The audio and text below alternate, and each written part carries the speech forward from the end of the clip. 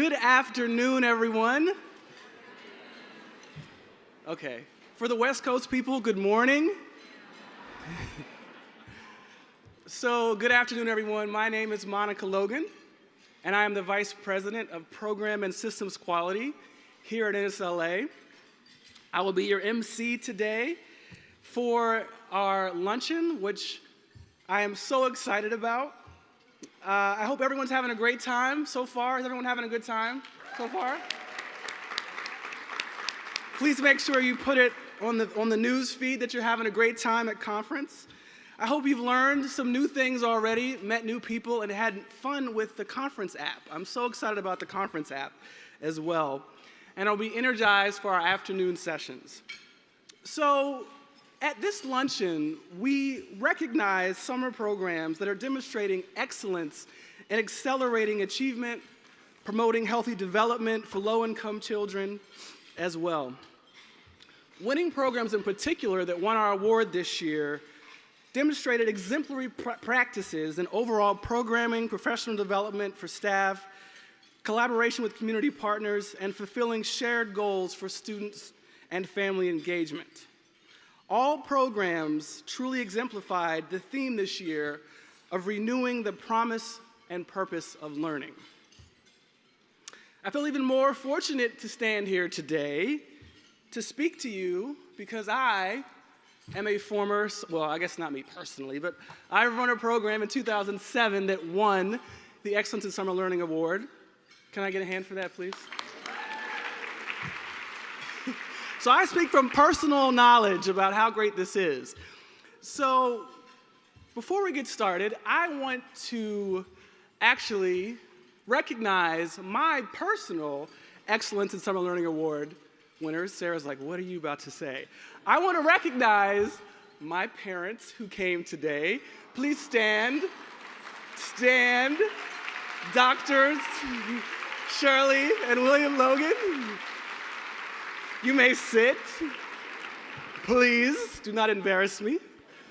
So yesterday was my dad's birthday. I will not say which one, and my parents' 47th wedding anniversary. Give them a shout out. So please, if you see them, let them know how wonderful their daughter is, and please refrain from any of your mama jokes because that is my mama. So please do not make any of your mama jokes. All right, back on script, Sarah. Okay, so before we get started with the actual ceremony, I'm honored to introduce NSLA's board chair and founder, Dr. Matthew Boulay. He's been a tireless champion for this cause for young people and supporting learning wherever it happens. So this year, we're so excited to start a new tradition, a tradition that we've entitled our Founders Award, named after Matthew. This new award recognizes the Anytime, Anywhere summer learning model and spotlights the excellence that can be found in more informal, innovative, and impactful summer learning programs. So I won't go through the full bio. It's in your app, and Matthew has told me not to read his full bio. So, but I will say a little bit so you know who he is. So as an undergraduate at Johns Hopkins in 1992, Matthew founded a nonprofit summer educational initiative called Teach Baltimore, which has grown from a hands-on program here in Baltimore to now who we are today as the National Summer Learning Association. Board member Rich Berlin calls Matthew a sorry, Matt, I got your quote wrong, I'm sorry. So, see it through kind of guy, which is so befitting that we're back here in Baltimore at this conference kicking off our Founders Award this year. So we are truly at a pivotal moment at this time in the field, and we're honored to have Matthew and his leadership to see us through this critical time. Let's all welcome Dr. Matthew Boulay to the stage.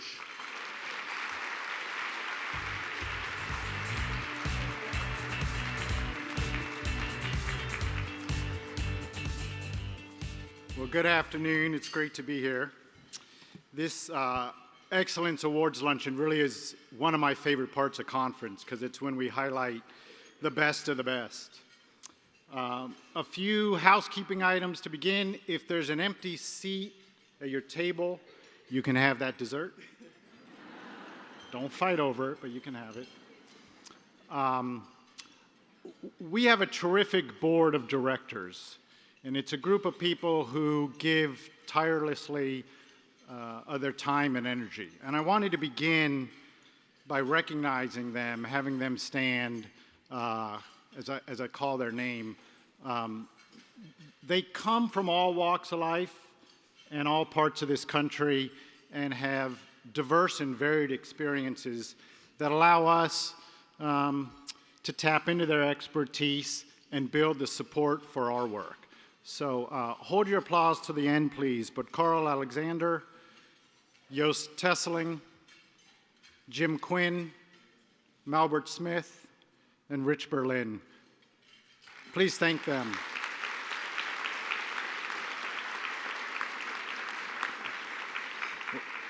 We have a number who weren't able to come, but if you see these five, introduce yourself and tell them where you're from and what you're doing. I was in the elevator on the way up right now, and there's a guy from another conference, and he had his name tag, and I had mine, and I said, "How's your conference?" And he said, "Good." And he looked down and saw Summer Learning. He said, "You guys are taking over this place."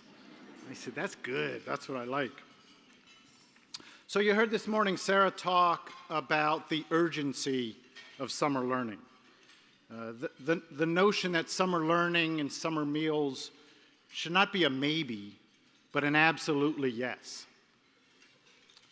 The idea that summer learning shouldn't depend on somebody finding a little pot of money in the spring, and I know you all do that, and thank you for doing it, that you can use in the summer. The idea that summer learning should not be an afterthought, but is a critical, essential part of how we want to raise our children. I was thinking about this a few years ago, sort of the field over the last 20 years and what the next 20 years look like. And I was with my parents as they were showing my children some old family photographs. And I grew up in the 70s, and you all know those, there's like a particular color to photographs in the 70s. Like there's a foggy, hazy yellow that only exists in 70s photographs. And then there's the clothes that we were wearing, but I won't talk about that. But so there's one photograph of about 1973. So I'm 3 years old, and I'm standing in the front seat of my parents' car with my hand on my dad's shoulder, who was in the driver's seat. And the crazy thing is that they were driving. We weren't like in the driveway. You know, you can see in the background the other cars on the highway. And I was like, "Mom, what were you thinking?"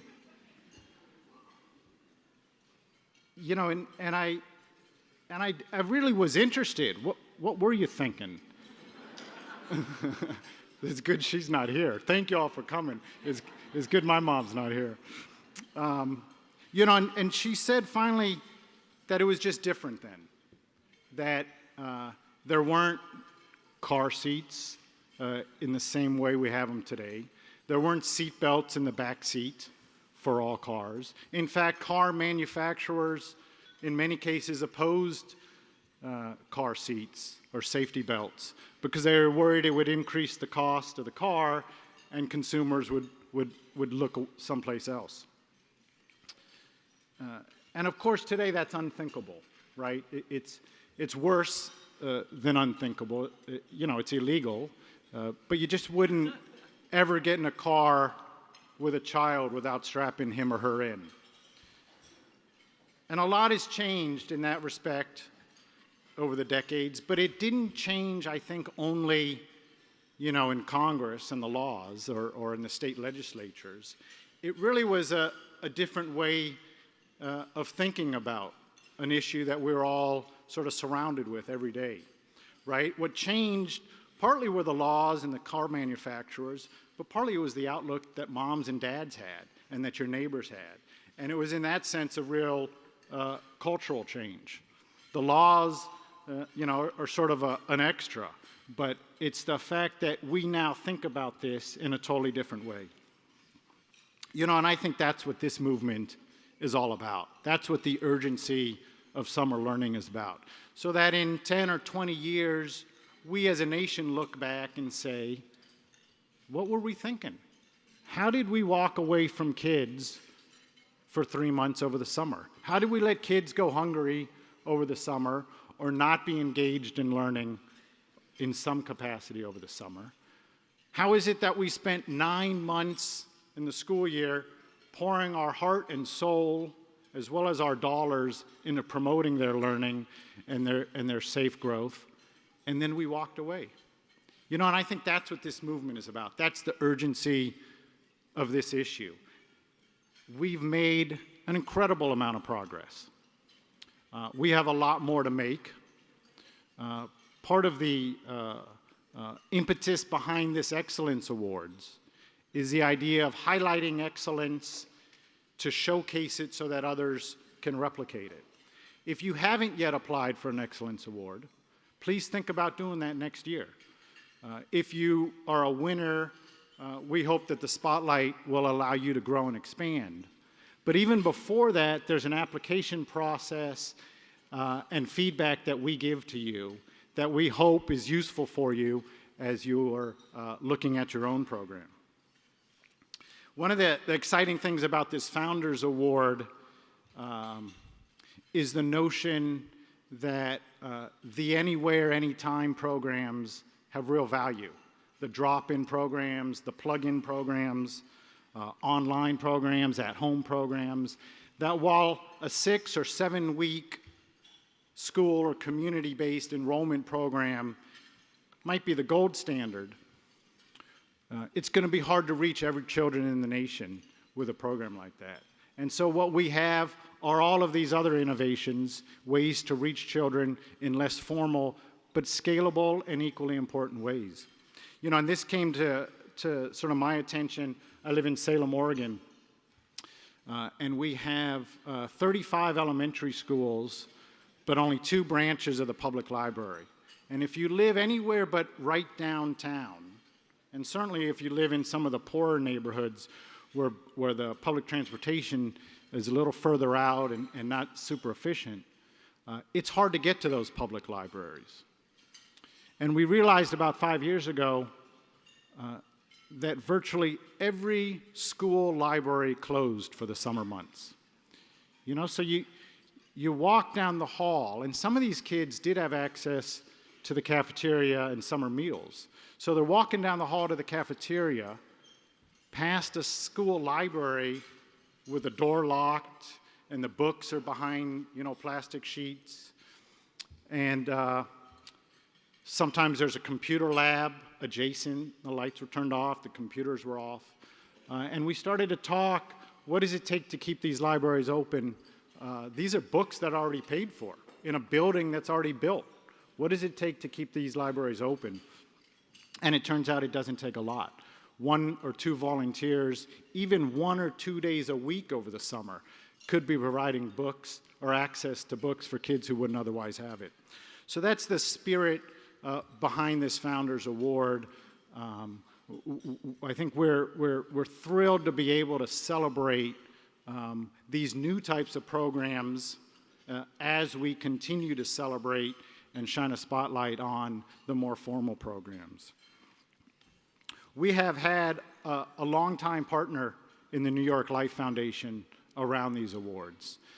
And it's a real pleasure to see the way that they have helped us spotlight this and have traveled, followed us around from conference to conference to come and talk about their work and allow us to introduce them and thank them publicly. So it's a real pleasure for me to be able to introduce the president of the New York Life Foundation, Heather Nessel. Come on up.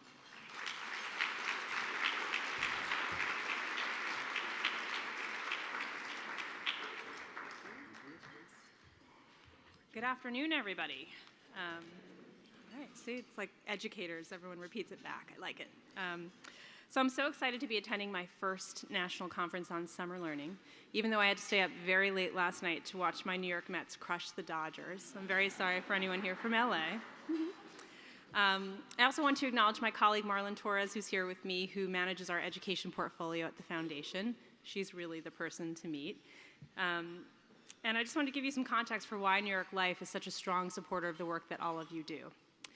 The mission of New York Life is to provide financial security and peace of mind for our policyholders. And we translate that mission and take it over to the foundation.